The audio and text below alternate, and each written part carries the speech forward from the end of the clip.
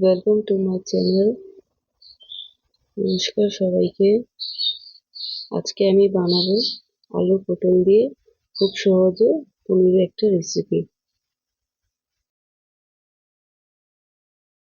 তাহলে চলো শুরু করা যাক।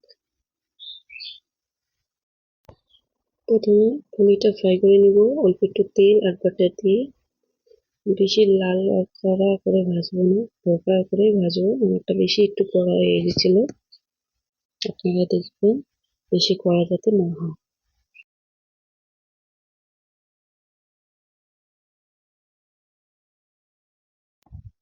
আমার পনির ভাজাটা প্রায় হয়েই গেছে, আর 2 সেকেন্ড ভাজে বের করে নিচ্ছি।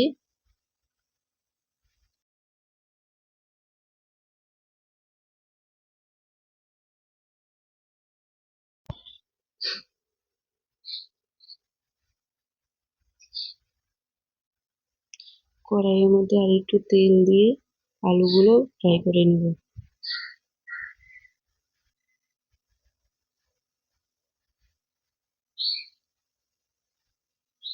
আলুগুলো লাল করে কড়া করে ফ্রাই করব। আলুগুলো আমার ফ্রাই হয়ে গেছে। এবার দিয়ে দিচ্ছি কড়াইয়ের মধ্যে পটলগুলো ভালো করে ফ্রাই করে নেব।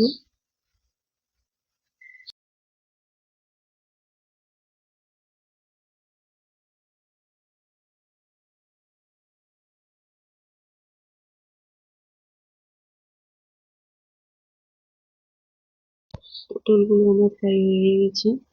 এবার কড়াইয়ের মধ্যে দিয়ে দিচ্ছি সাদা জিরে, শুকনো লঙ্কা আর তেজপাতা। 2-3 সেকেন্ড ফ্রাই করে নেব একটু হালকা করে ফোড়নটা।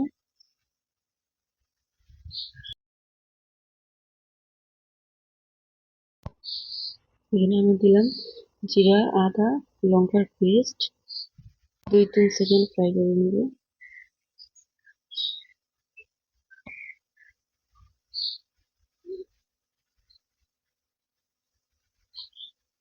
এখানে দিয়ে দেবো ধনিয়া গুঁড়ো, লঙ্কা গুঁড়ো, হলুদ গুঁড়ো, স্বাদ মতন লবণ। এটাও ভালো করে কষিয়ে নেব। লো ফ্লেমে গ্যাসটা রেখেছি।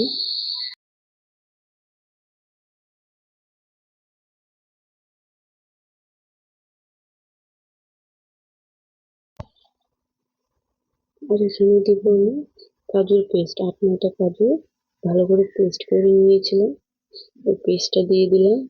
এখন 2-3 মিনিট ভালো করে কষিয়ে নেব, তারপরে পটল, আলু আর পনিরটা দিয়ে দেবো।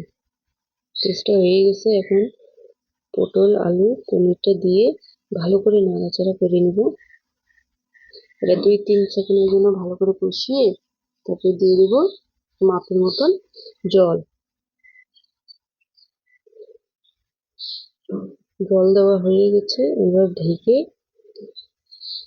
হাই ফ্লেমে 5 মিনিট রেখে দিয়ে নাড়াচাড়া করে একটু গরম মশলা, একটু বাটার, কসুরি মেথি দিয়ে ঢেকে 10 মিনিটের জন্য রেস্টে রেখে দেব।